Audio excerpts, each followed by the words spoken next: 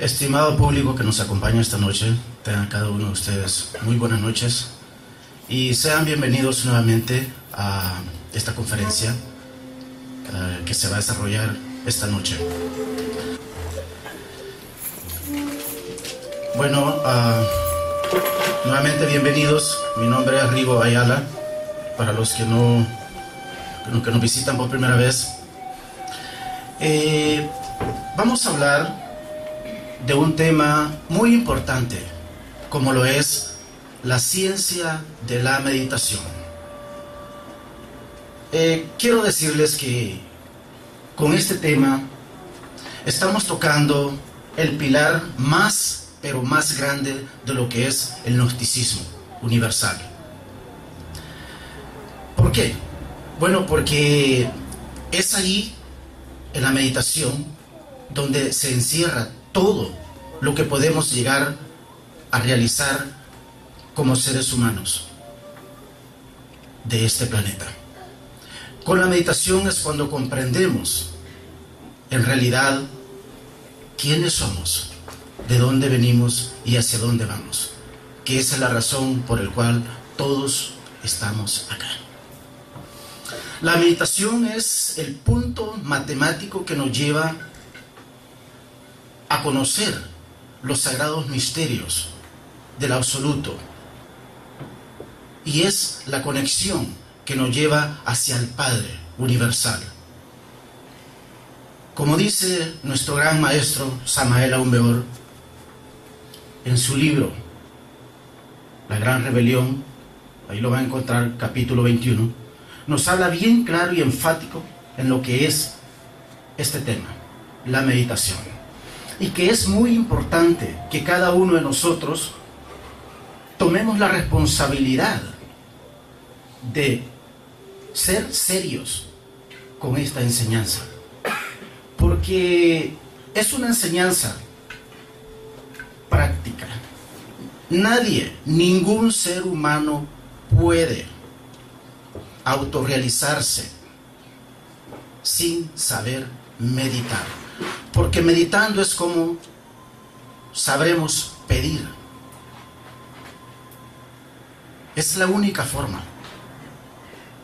La ley dice, pedid y se os dará. Tocad, se os abrirá.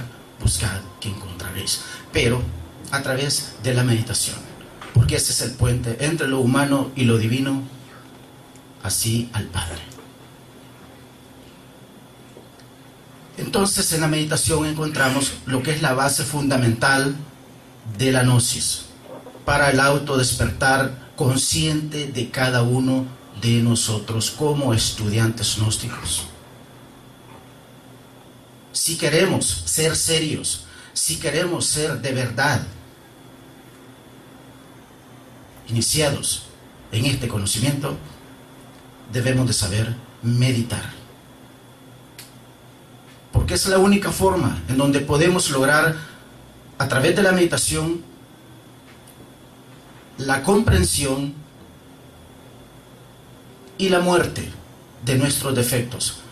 Y cada día que se manifiestan, podemos traerlo a la observación y entregarlo a través de la meditación a nuestra Madre Divina para la desintegración del mismo.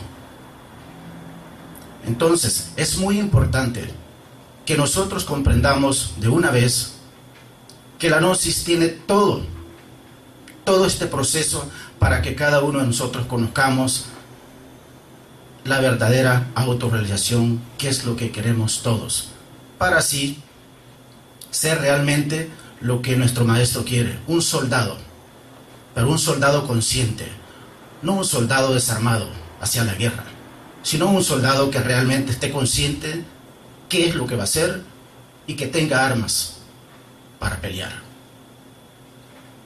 Entonces, los invitamos a que cada uno de nosotros hagamos conciencia, como así lo han hecho grandes maestros. Les decía maestro Siddhartha Gautama Buda, que él decía, bueno, aquel que medita, hasta los dioses lo envidian. ¿Por qué? Porque es el que puede conocer el universo. Bueno, este tema es muy extenso, pero corresponde a nuestro hermano Edwin Roca, que nos va a tratar de desglosar más sobre el tema para ayudarlos. Un aplauso, por favor, para que se animen. Gracias.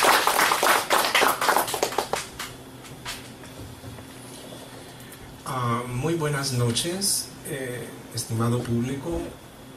Sean bienvenidos a esta sala de conferencias gnósticas.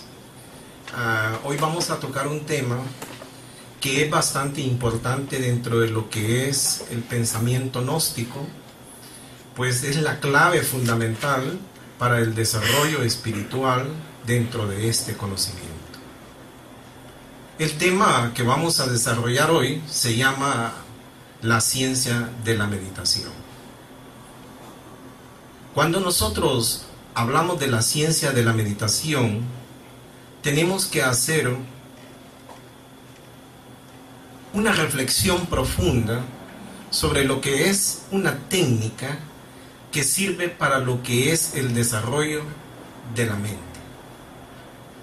El maestro Samael, dentro de la literatura, nos dejó una sentencia escrita y nos dijo de que la meditación es el pan del sabio. Es decir, que si nosotros nos sometemos arduamente a trabajar dentro de lo que es el conocimiento gnóstico, estamos en calidad de desarrollar sabiduría. Pero, ¿qué tipo de sabiduría es la que nosotros vamos a adquirir? Es la pregunta. Pues bien, este tipo de sabiduría es la sabiduría del conocimiento esotérico que nosotros, cada vez que nos reunimos a platicar aquí, lo dialogamos en diferentes términos. Primero, antes que nada, debemos de decir de que meditación, en un stricto sensus, viene del latín meditatio, que quiere decir ejercicio. Y realmente cuando hablamos de ejercicio, estamos hablando de ejercitar la mente para alcanzar ese desarrollo espiritual que el maestro Samael Aun Weor le llamó sabiduría. Pero hablando de una forma más profunda, el término de meditación parece venir de dos palabras esenciales que son medium, stare, que traducido quiere decir estar en medio. Es decir, esta técnica lo que busca es establecer un equilibrio, un balance dentro de lo que es nuestro cuerpo físico y lo que es nuestro espíritu. Cuando nosotros empezamos a hablar de la ciencia de la meditación, tenemos que empezar a hacer un enfoque de lo que es la doctrina de la Ashtanga Yoga, que es una yoga que está contenida dentro de los libros de Patanjali y se le llama Patanjali Sutra. Sutra quiere decir libro. Ahí se habla de una doctrina que se le conoce como el Ashtanga Yoga, porque traducido Ashta quiere decir 8 y Anga quiere decir pasos. O sea, estamos hablando de 8 pasos que constituyen la base fundamental para empezar a desarrollar la ciencia de la meditación. El maestro Samael, en el libro de Rosa Ígnea, en el capítulo 17 precisamente, ustedes pueden encontrar esos 8 pasos explicados detalladamente. Y que hoy, prácticamente en esta conferencia, vamos a tratar de dar una explicación extra que pueda ayudarles a complementar el conocimiento con esa doctrina que está contenida en el libro de Rosa Ígnea. Pues bien, para hablar de los 8 pasos del yoga, tenemos que empezar a hablar primero de un aspecto que se le conoce con el nombre de llama, que traducido pues podría ser como austeridades. Y estas llamas consisten en ciertas disciplinas a las que uno se tiene que sujetar para realizar cambios estructurales en la vida. Las llamas, dentro de lo que es los 8 pasos de Patanjali, son 5. En otras doctrinas se conocen como 10, y hay quienes ponen hasta más de 10, pero realmente nosotros vamos a basar las llamas en base a lo que es la Sutra de Patanjali, también en relación a lo que es la enseñanza esotérica gnóstica. El primero se le conoce con el nombre de Ahimsa. El Ahimsa quiere decir, traducido en lengua hindú, como no violencia. Realmente la disciplina que se trata de imponer aquí es que al hombre se le prohíbe totalmente realizar todo tipo de violencia cuando se empieza a sujetar a estas doctrinas. También es prohibido quitarle la vida a otra persona, y entonces en eso consiste esta regla número 1. Nosotros no podemos quitarle la vida a ningún ser humano ni a ningún ser vivo. Debemos de aprender también a respetar la naturaleza, los animales, las plantas.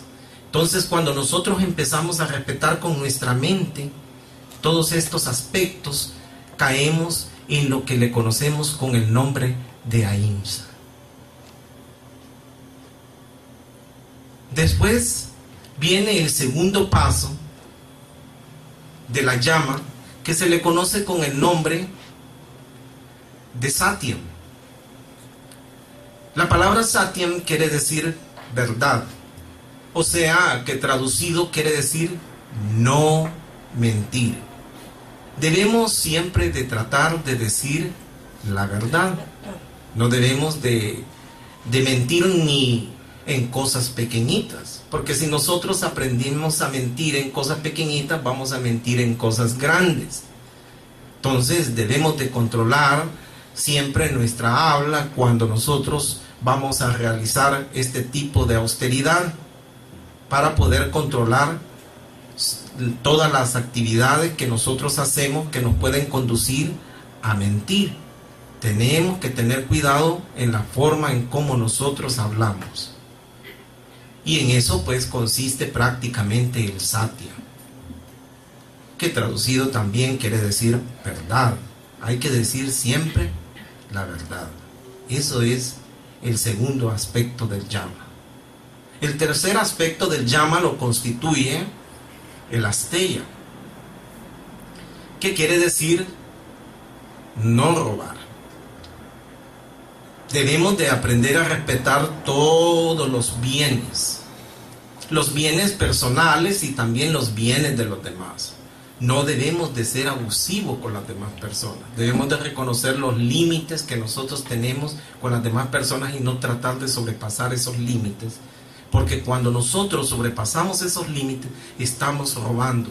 Estamos robando ya sea tiempo, estamos robando a veces conceptos, estamos robando acciones, estamos incluso a veces robando hasta sueños de las personas, aspiraciones.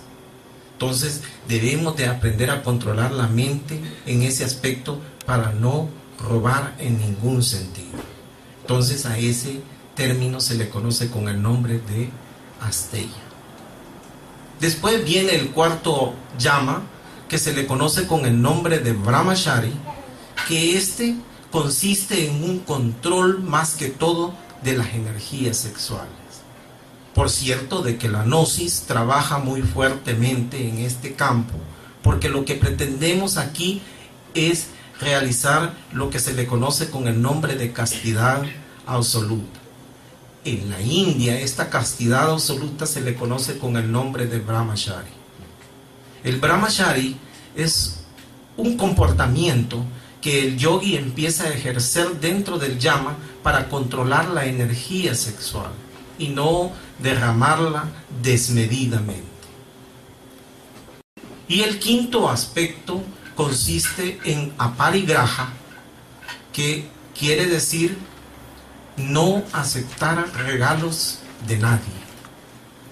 Pero esto no se debe de agarrar en forma literal, sino que lo que se le enseña al yogi dentro de esta llama es que tiene que aprender a adquirir solo lo que es necesario para vivir. Que no debe de aspirar ni tener muchas ambiciones a querer tener muchos bienes, a querer alcanzar opulencia, sino que a tratar de tener siempre lo necesario. En eso consiste lo que se le conoce con el nombre de aparigraha. Pues bien, cuando tenemos estas 5 llamas, a estos aspectos que son puramente no hagan esto, no hagan lo otro, son disciplinas que se le están poniendo a la mente con un sano propósito de alcanzar algo que se le conoce con el nombre de Shita, que es el deseo de adquirir conciencia. O sea, cuando nosotros tomamos una reflexión de que no tenemos que hacer algo, no tenemos que hacer lo otro, lo que se empieza a desarrollar dentro de nosotros es el Shita, es la conciencia. Empezamos a tomar conciencia de nuestras actividades. Después vienen otras 5 ordenanzas que se les conoce dentro del yoga con el nombre de niyamas. Las niyamas constituyen ciertas observancias que nosotros debemos de tener dentro de nuestra vida. Y estas observancias son de tipo espiritual. Buscan más que todo desarrollar a la persona espiritualmente, pero a través de ciertas actividades que en cierta medida tienen que ayudarnos a nosotros a controlar todo lo que es la mente y el cuerpo físico. El primero lo constituye el Shauka, que es una disciplina que busca más que todo ser ordenados, ser limpios en nuestra forma de ser, tratar de ser limpios no solo físicamente hablando, sino también ser limpios en nuestra forma de pensar, ser limpios en nuestra forma también de sentir. Y entonces, cuando nosotros empezamos a desarrollar esta forma de pensar, caemos dentro de lo que es el niyama del Shauka. El segundo aspecto del niyama lo constituye el santosha. La palabra santosha quiere decir contentamiento, quiere decir alegría, quiere decir felicidad. Y este estado se logra cuando nosotros aprendemos a ser sencillos con lo que tenemos, a ser humildes con lo que sabemos. Cuando nosotros mantenemos un equilibrio dentro de lo que nosotros somos y no aspiramos ni a tener más, ni tampoco a querer tener menos, y nos mantenemos en ese balance, estamos en calidad de desarrollar un estado de santosha. O sea, quiere decir que alcanzamos un estado de felicidad porque somos felices con lo que tenemos. Si viene un poco más, pues bienvenido sea, pero nosotros no tenemos aquel deseo de ambición de querer alcanzar más. Tenemos que aprender a ser sobrios en la vida. Y entonces, cuando mantenemos ese equilibrio, a eso se le conoce con el nombre de santosha. Después viene otro aspecto que es un aspecto al que muchos le temen, muchos no lo quieren hacer, porque esta disciplina es bastante difícil. Se le conoce con el nombre de tapaj, que quiere decir sufrimiento.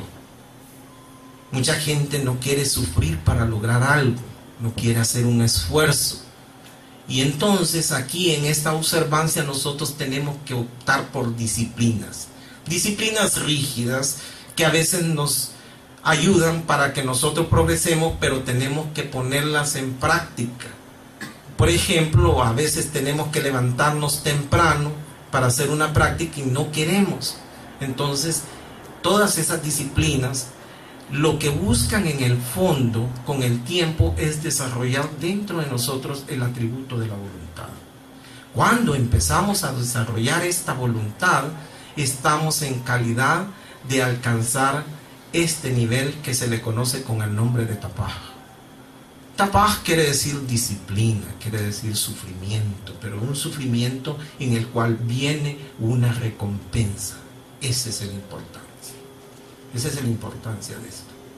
Entonces, después de tapaj, nosotros tenemos otra niyama, que es la disciplina del conocimiento, que se le conoce con el nombre de Swayaya. El Swayaya es una disciplina que lo que busca es que nosotros estudiemos arduamente las escrituras. Por ejemplo, si nosotros tenemos los escritos esotéricos, gnósticos, debemos de estudiarlos de una forma bien asidua, tratar de asimilar todo lo que ahí está y adquirir esa conciencia de ese conocimiento. Cuando nosotros empezamos a practicar este conocimiento y lo ponemos en nuestra mente, adviene una luz de conciencia, y esa luz de conciencia es la que nos permite a nosotros adquirir el nivel del Swayaya. Swayaya quiere decir adquirir el conocimiento esotérico como una luz, como una guía espiritual para que nosotros evolucionemos totalmente. Y el último nivel del niyama lo constituye el Ishvara Pranidhana. Este es uno de los elementos quizás que lo consideran más importante dentro de los senderos del yoga. Incluso también nosotros dentro de las escuelas lo consideramos importante, porque nosotros necesitamos vincularnos en cierta medida a fuerzas espirituales, y en este caso pues esa fuerza espiritual que es Dios para ellos se ve identificada bajo el nombre de Ishvara.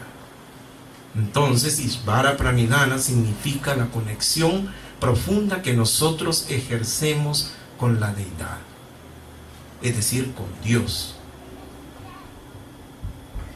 Entonces, estos 5 yamas y 5 niyamas constituyen, quizás por decir así, la base fundamental de la disciplina esotérica que nosotros debemos de empezar a poner en práctica cuando vamos a empezar a realizar los ejercicios de meditación. Si nosotros ejercitamos la meditación, pero no buscamos cambiar, no buscamos realizar un cambio espiritual en nosotros, la meditación tiene frutos, pero no son lo suficiente como para poder llegar a un progreso adecuado. Después de estas 5 yamas y 5 niyamas viene otro aspecto bien importante dentro de la meditación que se le conoce con el nombre de asana. La palabra asana quiere decir postura, y siempre antes de empezar a meditar nosotros debemos de optar por una postura que resulte bastante cómoda, una postura que no nos mantenga a nosotros incómodos, porque el propósito dentro de la meditación es mantener esa postura por un determinado tiempo. Y si nosotros optamos por una postura que es bastante incómoda, el resultado sería de que cuando nosotros nos sintamos incómodos nos vamos a empezar a mover y perdemos el control sobre lo que es el cuerpo físico. Otro aspecto que entra dentro de lo que es la asana es la forma de vestir. Debemos de usar vestiduras que resulten un poco frescas y cómodas, porque si tenemos ropas bien ajustadas, la sangre no corre totalmente, y entonces tenemos problemas para poder meditar. También, se siente incomodidad. Si nosotros tenemos ropas que están muy ajustadas, entonces debemos de usar ropas bastante flojas y cómodas. Entonces la asana uno la elige. Hay dentro del Hatha Yoga 48 posturas. Hay quienes hablan hasta de 108 posturas dentro de lo que es el Hatha. Pero ustedes pueden elegir una de esas posturas que ustedes consideren que es la más adecuada para ustedes y pueden empezar a realizar los ejercicios de la meditación. Después de haber optado una postura bastante cómoda, viene el segundo aspecto que lo constituye el pranayama.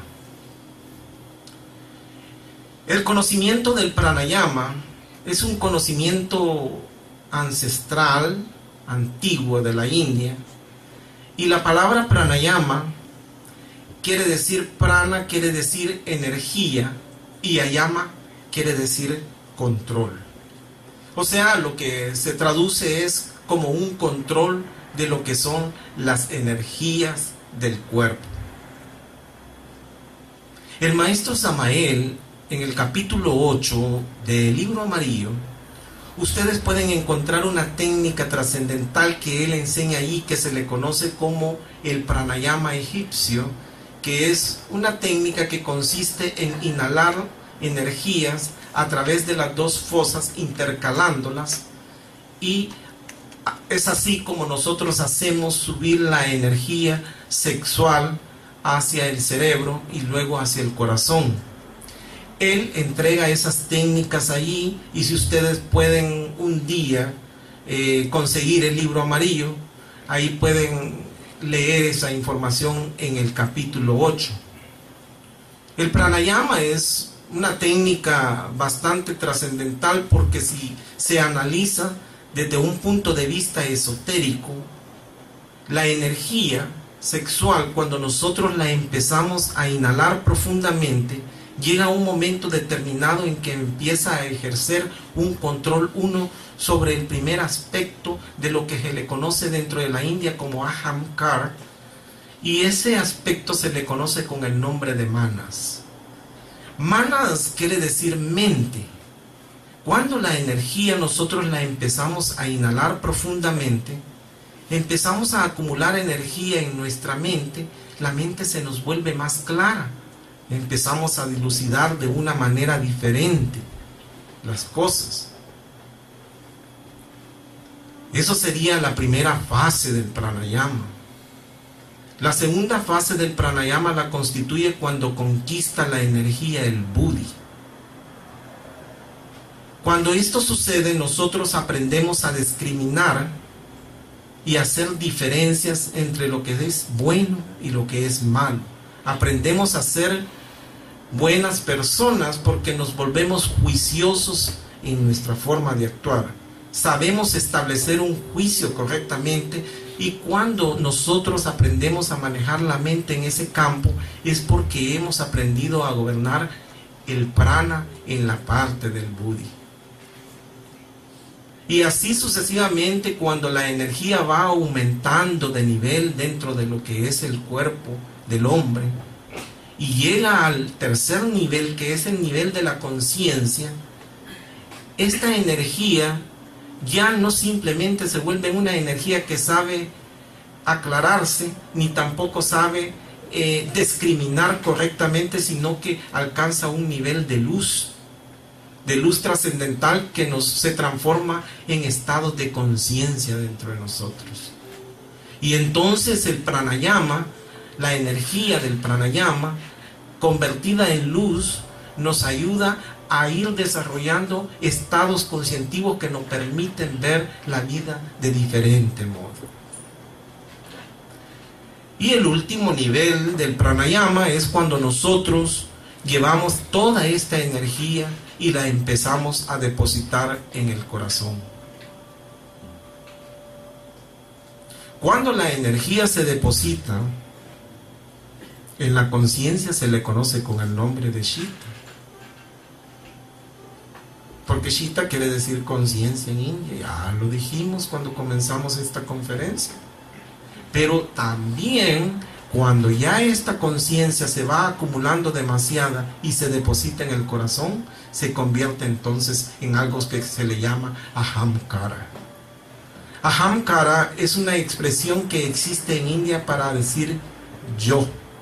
Pero este yo no es el yo psicológico que es resultado de los defectos, sino que es un yo energético, esencial, con mente, con inteligencia, y con esencia. Y estamos hablando prácticamente del desarrollo del yo como ser. Entonces, esta es la parte que constituye, digamos, el desarrollo de las energías del pranayama a través de esos 4 aspectos.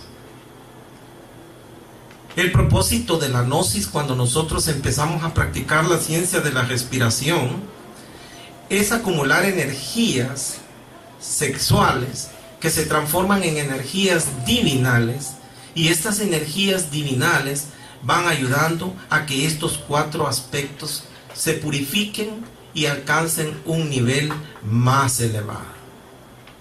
Cuando hemos trabajado en esta situación de las energías, entramos al otro aspecto de la meditación. Ese aspecto de la meditación lo constituye lo que nosotros le conocemos con el nombre de pratyahara. La palabra pratyahara quiere decir retiro, algo así como retirar, pero se refiere a retirar lo que son las actividades de los sentidos. Cuando nosotros empezamos a trabajar en el pratyahara, tenemos que entender que los sentidos son malos testigos para los hombres.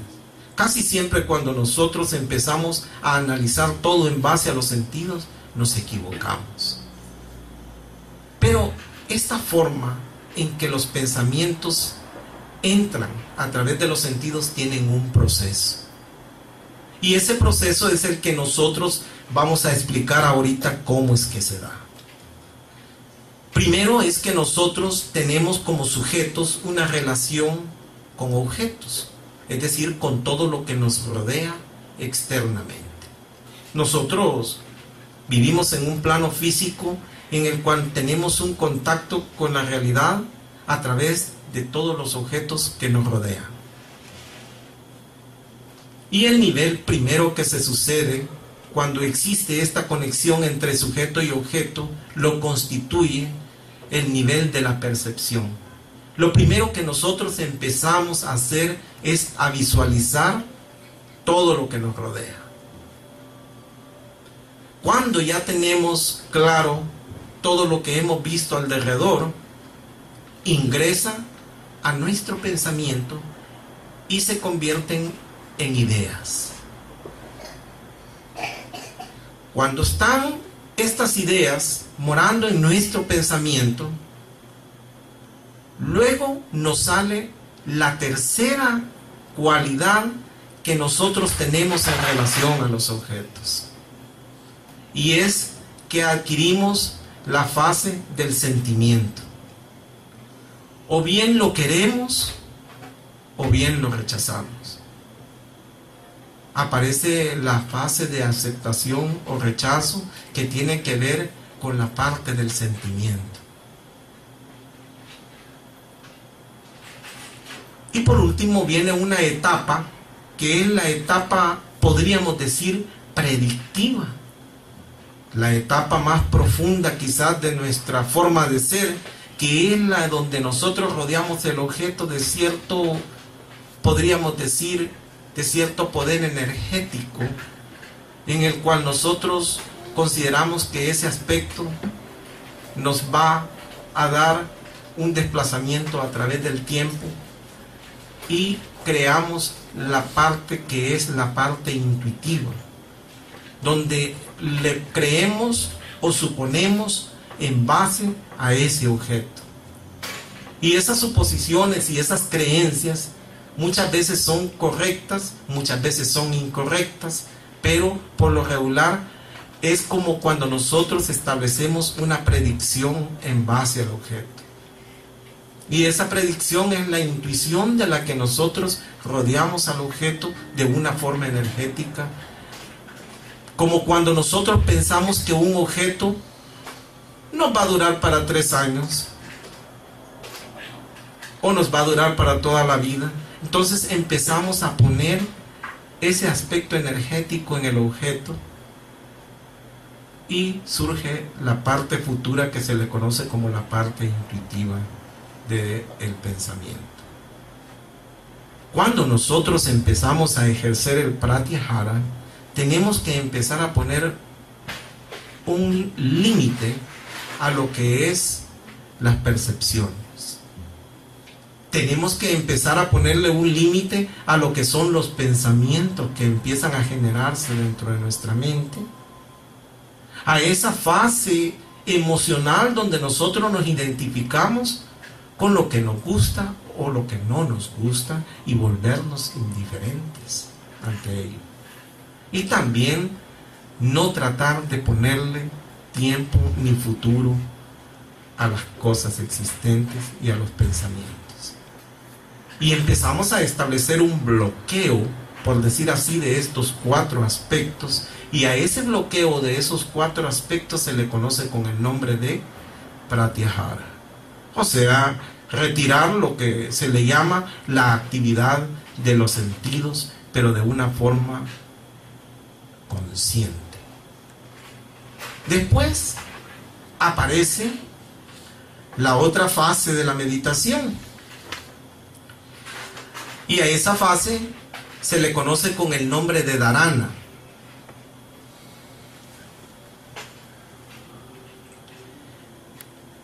El dharana se traduce como concentración.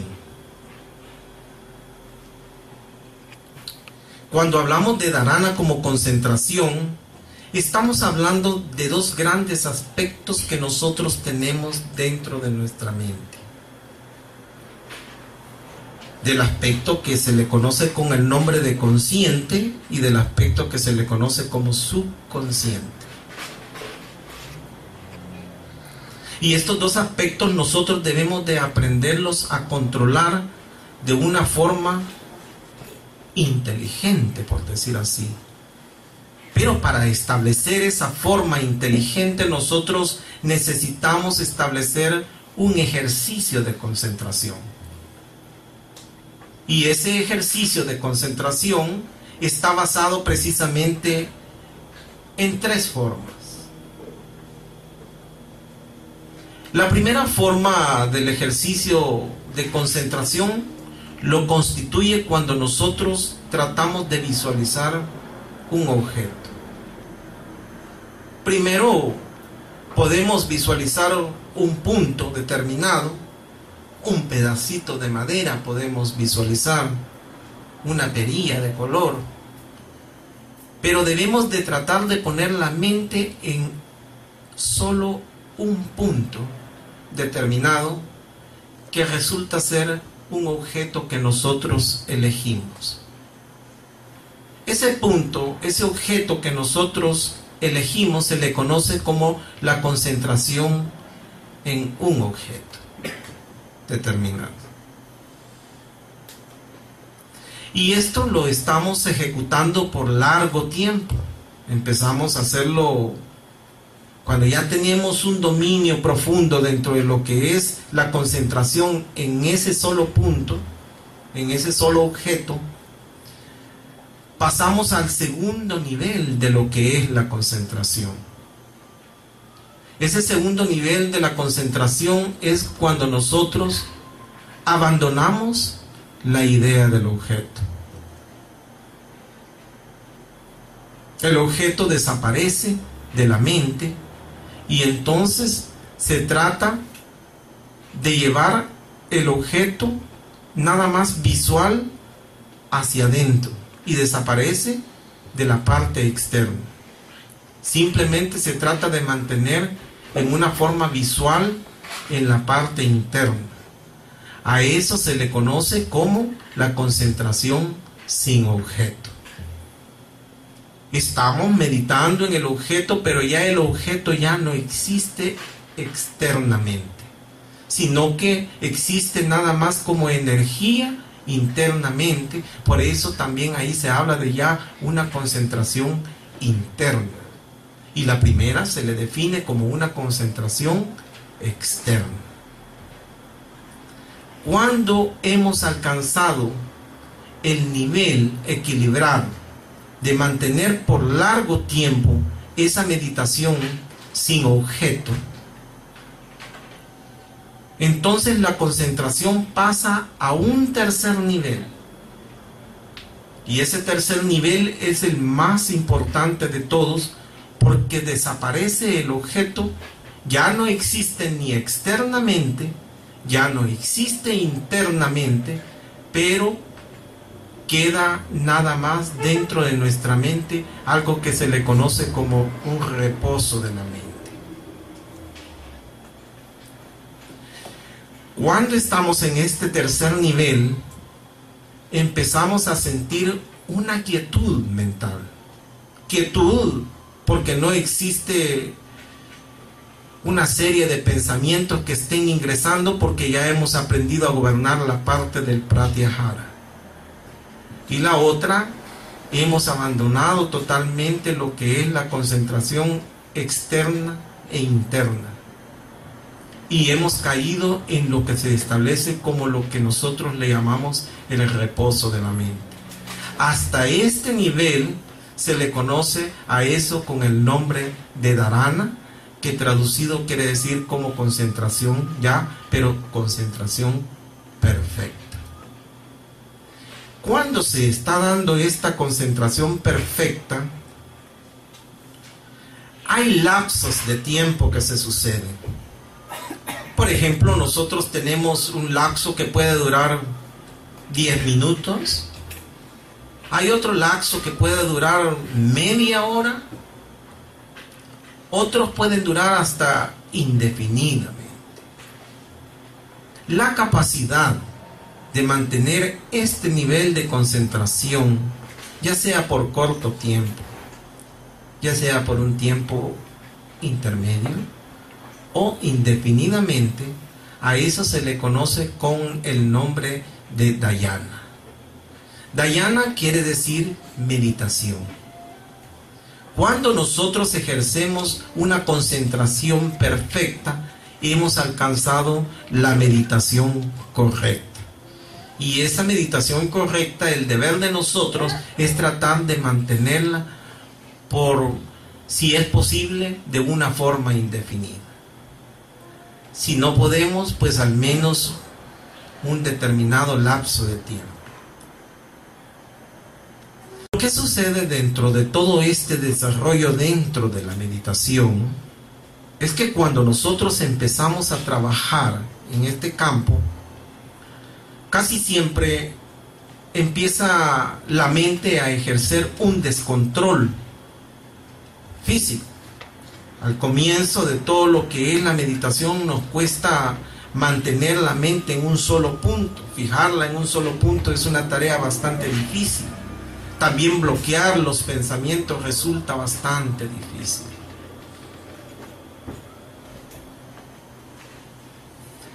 Por eso es que dentro de lo que es la doctrina esotérica, la gnosis nos dice de que nosotros en un fondo debemos de tratar de convertir la mente en un muro. Eso es lo que el maestro Samael nos enseña en el libro del Misterio del Aura o Florecer. Dice de que cuando la mente se ha convertido en un muro, ingresa a lo que se le conoce con el nombre de Zen. El Zen representa la gnosis, representa el conocimiento esotérico, trascendental, representa todo este conocimiento que nosotros, cada día que ustedes vienen aquí, lo reciben. Y ese es el propósito de someterse a estas prácticas. Lo que pasa es que cuando nosotros empezamos a desarrollar el dhyana, hay 8 conciencias que se están procesando dentro de ese desarrollo. La primera conciencia se le conoce con el nombre de conciencia visual, que es una conciencia que nos identifica prácticamente con lo que vemos. Todo lo que nosotros vemos tiene su propia conciencia. Después viene otro tipo de conciencia, que es la conciencia auditiva. Todo lo que nosotros oímos tiene su propia conciencia. Así también la conciencia olfativa. Tenemos conciencia cuando nosotros olemos. Todo lo que nosotros olemos tiene su propia conciencia. Existe también una conciencia gustativa. Una conciencia por lo que nos gusta, por lo que no nos gusta. Cada uno de ellos, cada uno de los sentidos va desarrollando su propia conciencia. Así el tacto también desarrolla la conciencia táctil. Todas estas conciencias que constituyen la conciencia de los 5 sentidos se le llama dentro del esoterismo conciencias no conceptuales.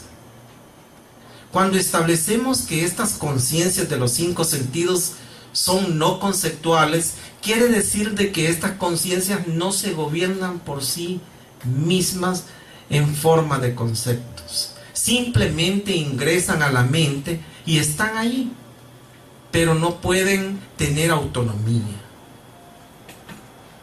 No es sino hasta que aparece la 6ª conciencia es que se convierten en conciencias conceptuales.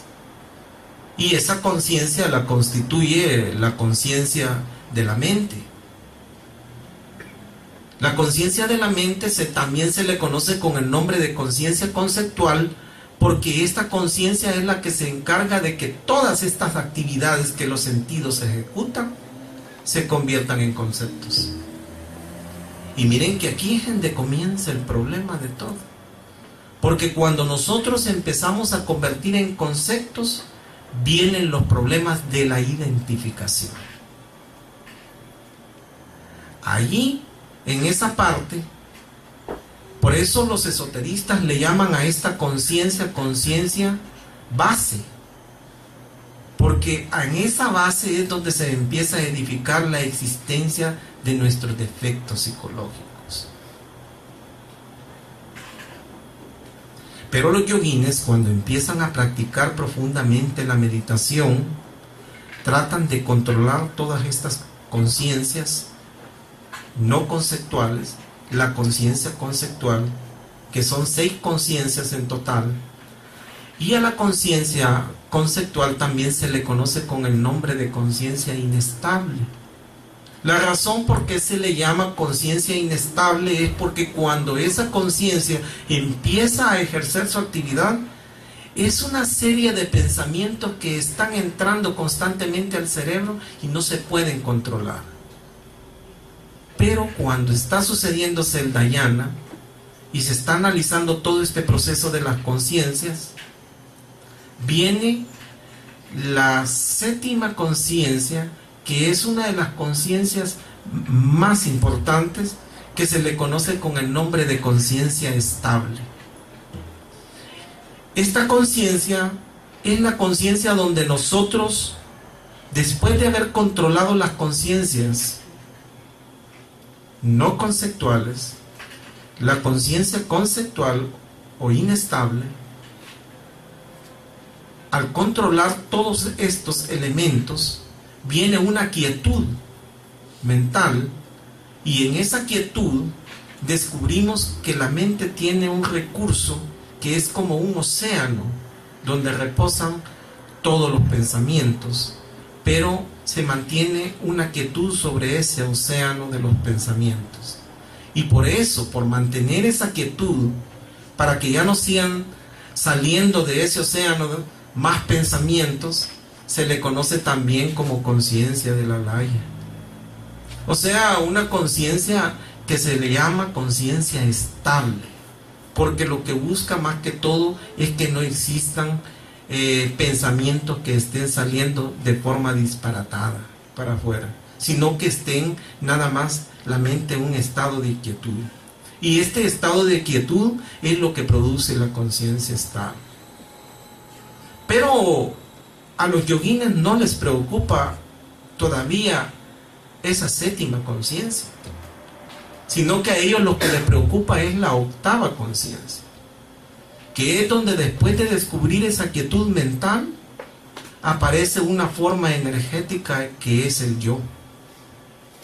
Aparecen todos los defectos psicológicos aflorando en nosotros, y ellos dicen, cuando llegamos a ese nivel es donde se hace difícil llegar a la alta iniciación. El maestro Samael lo decía que mientras nosotros no disolvamos los defectos psicológicos, estamos lejos de alcanzar la alta iniciación. Entonces, a esa conciencia se le conoce con el nombre de conciencia aflictiva o conciencia del yo. No es sino hasta que se separa uno de esa conciencia es que puede pasar al octavo nivel de la meditación. Ese nivel se le conoce con el nombre de Samadhi.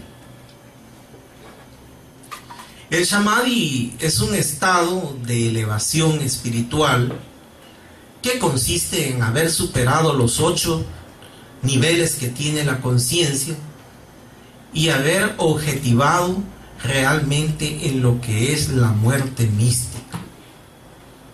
Cuando se realiza todo este proceso, nosotros experimentamos una calidad de pensamiento elevado, y a esa calidad de pensamiento elevado se le conoce dentro de la India con el nombre de Vikalpa. Cuando nosotros hablamos de Vikalpa, estamos hablando de lo que son las ideas, de lo que son los pensamientos. Y hablar de ideas y pensamientos es hablar de ideas y pensamientos que están más allá de lo que son los pensamientos burdos. Lo único que para hablar de esto dentro de lo que es el Samadhi, hay 3 niveles de Samadhi. El primer nivel de Samadhi que se experimenta es un Samadhi que está relacionado íntimamente con lo que es algo de identificación con lo que guarda el cuerpo físico.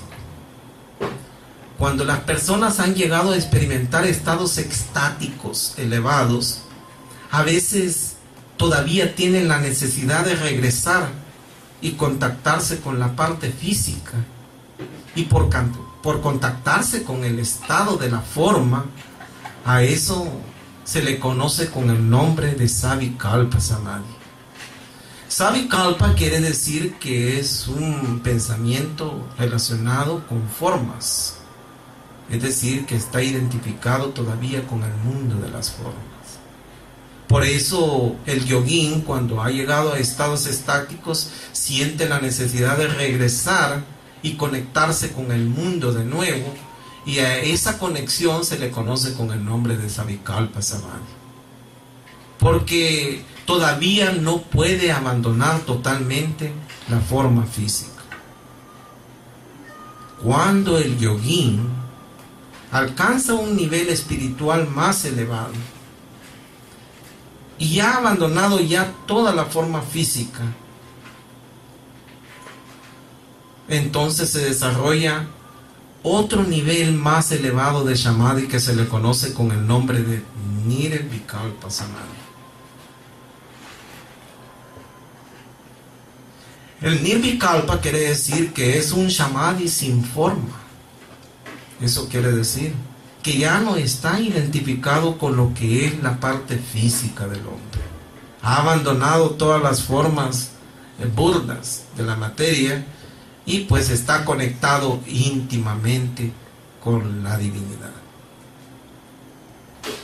Algunos yoguines han tratado de establecer diferencia entre lo que es Savikalpa y Nirvikalpa Samadhi, y dicen de que hay entre medio de ellos un tipo de Samadhi que no es ni Savikalpa ni es Nirvikalpa, y ellos lo definen como Sahaya Samadhi, Y ellos dicen que este Samadhi es una especie de Samadhi que ellos le conocen con el nombre de Jiva Mukti, Samadhi. O sea que ellos dicen que en la medida en que un yogín se ha liberado y ha alcanzado un nivel bastante espiritual profundo y cae en estados estáticos temporales, lógicamente se ha conectado a lo que es Sahaya Samadhi, pero no está ni en lo que es Savikalpa ni tampoco está en lo que es Nirvikalpa.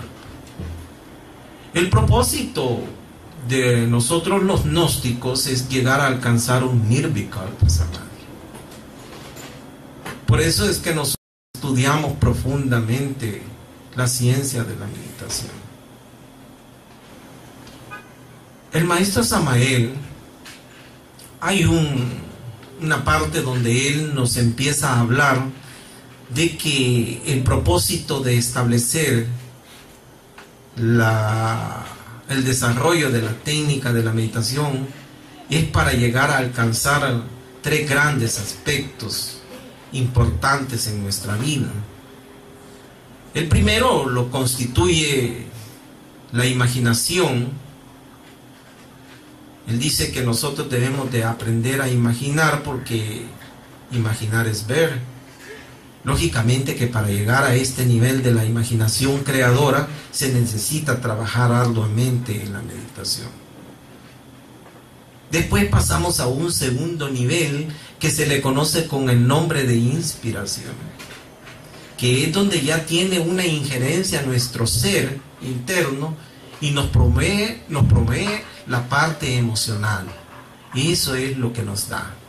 La parte emocional que nos ayuda a tener una concepción más amplia de todo lo que es la naturaleza y Dios. Y por último, tenemos la parte trascendental y cósmica, que es la que ya nos conecta directamente a nuestro ser, pero directamente al ser con Dios. Y esta última parte la constituye la parte intuitiva. Dice el maestro Samael que cuando nosotros trabajamos arduamente en la meditación, podemos ver, adquirir una visión espiritual muy amplia y podemos ver lo que va a acontecer. Podemos adquirir a poderes espirituales, pero el propósito de la meditación en el fondo no es solo alcanzar poderes, sino también alcanzar un desarrollo interno.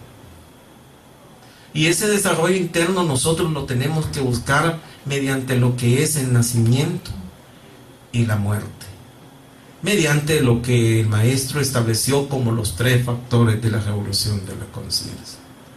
Lógicamente que a través de todo ello tenemos que ir poniendo en práctica todo este proceso de la ciencia de la meditación, y que si ustedes lo buscan en el libro de Rosa Ígnea, lo pueden encontrar en el capítulo 17 del libro. Voy a dejar hasta aquí mi conferencia, esperando a que haya sido comprendido todo lo que son los pasos de la ciencia de la meditación. Si hay alguna pregunta y podemos responderla, pues vamos a tratar. Edwin, el aspecto de la última etapa del Samadhi, el Nirvikalpa Samadhi, ¿es lo mismo que lo que es el Satori? Sí, es que lo que pasa es que el término Satori es un término que está adquirido dentro de lo que es el Zen budismo, pero realmente los términos van cambiando. Por ejemplo, dentro de la Iglesia Católica el Samadhi no se llamaba Satori, sino que elevación espiritual, pero realmente los términos van cambiando de acuerdo a lo que son las doctrinas esotéricas, pero realmente lo que Samadhi es el mismo Satori. Cuando prácticamente toda esta terminología que tú estás hablando es sánscrita, es un lenguaje sagrado de la India. Cuando hablas del pranayama y el maestro habla de egipcio, ¿existe tal cosa? ¿Un pranayama que venga de Egipto? ¿O por qué es que él así le denomina así? El pranayama es un conocimiento universal. La ciencia de la respiración existe no solo en Egipto, ha existido en todas las religiones. Lo que pasa es que el maestro Samael habla de este pranayama como pranayama egipcio porque hay muchas técnicas que supuestamente estuvieron en manos de la India, pero este conocimiento, como es milenario, viene de diferentes culturas y todas han intercambiado al unísono todos estos conocimientos. Realmente hay pranayamas egipcios, lo mismo pueden haber pranayamas persas, pueden haber pranayamas de todos los lugares del mundo. No sé si hay pranayamas en nuestros países, pero ha de haber. Y lo importante quizás no es de dónde venga el pranayama, sino entender que estas técnicas de la respiración se tienen que aplicar. Y el propósito del pranayama es retener la energía a toda costa.